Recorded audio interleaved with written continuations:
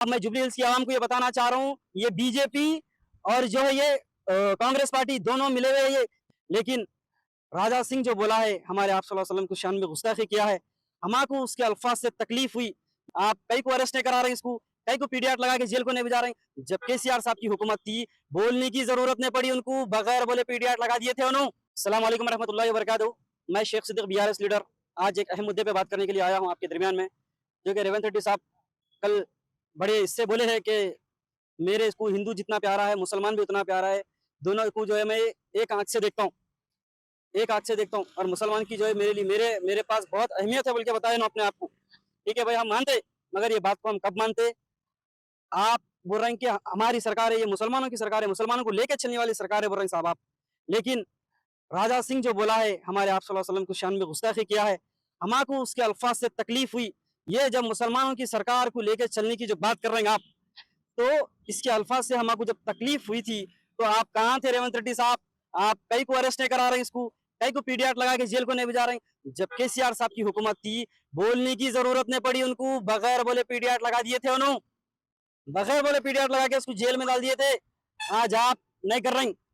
आप, मैं jubilee hills की आवाम को ये बताना चाह रहा हूँ, ये बीजेपी और जो है ये कांग्रेस पार्टी दोनों मिले हुए ये जिस टाइम पे कैमरे ऑन हो रहे हैं, इन्हों किशन रेड्डी पे तनखीद कर रहे हैं, किशन रेड्डी रेवंत रेड्डी पे तनखीद कर रहा। समझ गए आप? ये समझने की जरूरत है। अगर इन जो है बीजेपी से अगर मिले हुए नहीं है, अगर रेवंत रेड्डी साहब अगर अलायंस में अगर बीजेपी से नहीं है, तो बीजेपी के एमएलए को राजा सिंह को अरेस्ट क्यों नहीं करा रहे हैं भाई? क्या जरूरत है आपको? एक मामूली सा एमएलए है जी गोशा महल का, आप उसको जो है अरेस्ट नहीं करा रहे हैं, जबकि उन्हें मुसलमान कम्युनिटी को जो है ठेस पहुंचाया, बहुत तकलीफदायी बात करा, तो जो आप उसको जो है अरेस्ट नहीं करा के जेल को नहीं भिजा रहे हैं आप। तो ऐसी क़यादत का फायदा क्या है बोलो आप जो है आप पब्लिक को गुमराह करने की जरूरत नहीं है। आप सख्त सीधे अल्फाज में बोल दीजिए कि मैं जो है कांग्रेस बीजेपी से अलायंस में हूँ, कांग्रेस पार्टी जो है बीजेपी से 100% अलायंस में है। आप जो है इससे समझ सकते हैं कि अगर राजा सिंह जो है कांग्रेस की हुकूमत में जो है जेल को नहीं जा रहा, अगर इतनी बड़ी बात बोलने के बाद बोले, तो कहीं ना कहीं इसके पीछे जो है रेवंत रेड्डी साहब का बरोबर हाथ है इसके पीछे। और आप ये समझ सकते हैं, आप उनका जो माइंड है वो सेक्युलर नहीं है, उन्होंने अपने आप को पेश कर रहे हैं आपके सामने के सेक्युलर हूं, बल्कि टोपी पहन के आ जा रहे हैं। कल खाली आए थे, वो मुसलमान की जो वीडियो बोले, 2-3 जने जो कमेंट करे, जैसा कि मैं आवाज उठा रहा था उस पर, तो जो इन्होंने दूसरे दिन टोपी पहन के आ गए। अब कल के दिन उन्होंने शेरवानी पहन के जो है गले में अम्मा और वालों बोलने के लिए भी कम नहीं है। तो जो है आप इसको समझिए, और जिस दिन इलेक्शन खत्म हो जाएगा, दोबारा पलट के आपकी कॉन्स्टिट्यूंसी में दिखेंगे भी नहीं, आपको अवाम के दरमियान में नहीं दिखेंगे, ना रेवंत रेड्डी साहब दिखेंगे, ना ही आपका अजहरुद्दीन दिखेगा, ना ही आपका नवीन यादव दिखेगा। आप ये बात याद रख लो मेरी, आपका कोई मसला हल करने वाला नहीं है वहां पे।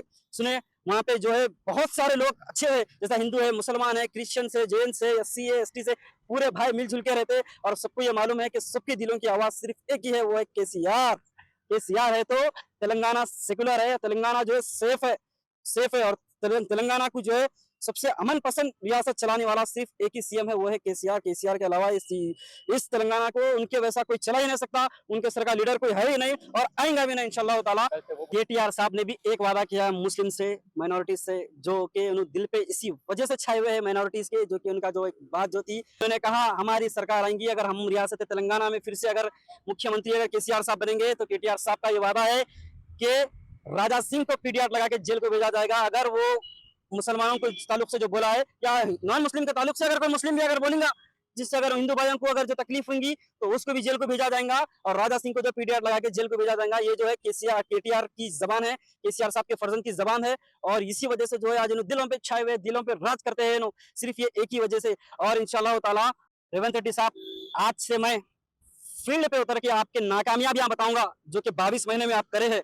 आपके वादे कहाँ गए वो बताऊंगा, पब्लिक को, अवाम को बताऊंगा, कि जागरूक करूंगा नौजवान यूथ को कि आप लोग एक होने की जरूरत है। ये जो कांग्रेस पार्टी है सिर्फ दिखावा कर रही, दिखावे के अलावा कुछ नहीं कर रही है। फील्ड पे उतरूंगा मैं, फील्ड पे मैं खुद उतर के जो है आवाम से अपील करूंगा कि समझिए, आप रेवंत रेड्डी को समझिए, रेवंत रेड्डी की हुकूमत को समझिए।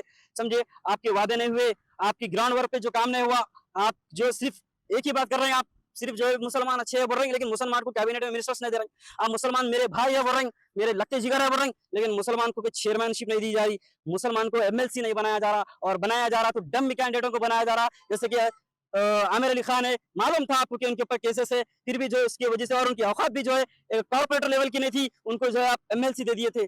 तो जो है ऐसे लोगों को आप देने से जो है आवाम को गुमराह नहीं कर सकते। और आपको ये समझने की जरूरत है, ये जितने भी अगर कैबिनेट मिनिस्टर्स बनाएंगे, ये एक रोबोट की तरह काम करेंगे। ये एक रोबोट है, ये सिर्फ अगर रेवंत रेड्डी बटन दबाएंगा तो इन्हें जो है नोटिफिकेशन जारी करेंगे। अगर रेवंत रेड्डी अगर बोलेंगे, अगर क्लोज कर देना, बोले तो जो है इनका स्टेटमेंट नहीं आएगा माइनॉरिटीज के तालिब। सिर्फ ये पुतले हैं। सुने आप, ये रोबोट की तरह काम करेंगे। सुने, रबर स्टैम्प है ये, आपको समझने की जरूरत है इस चीज की। अस्सलाम वालेकुम रहमतुल्लाहि व बरकातहू।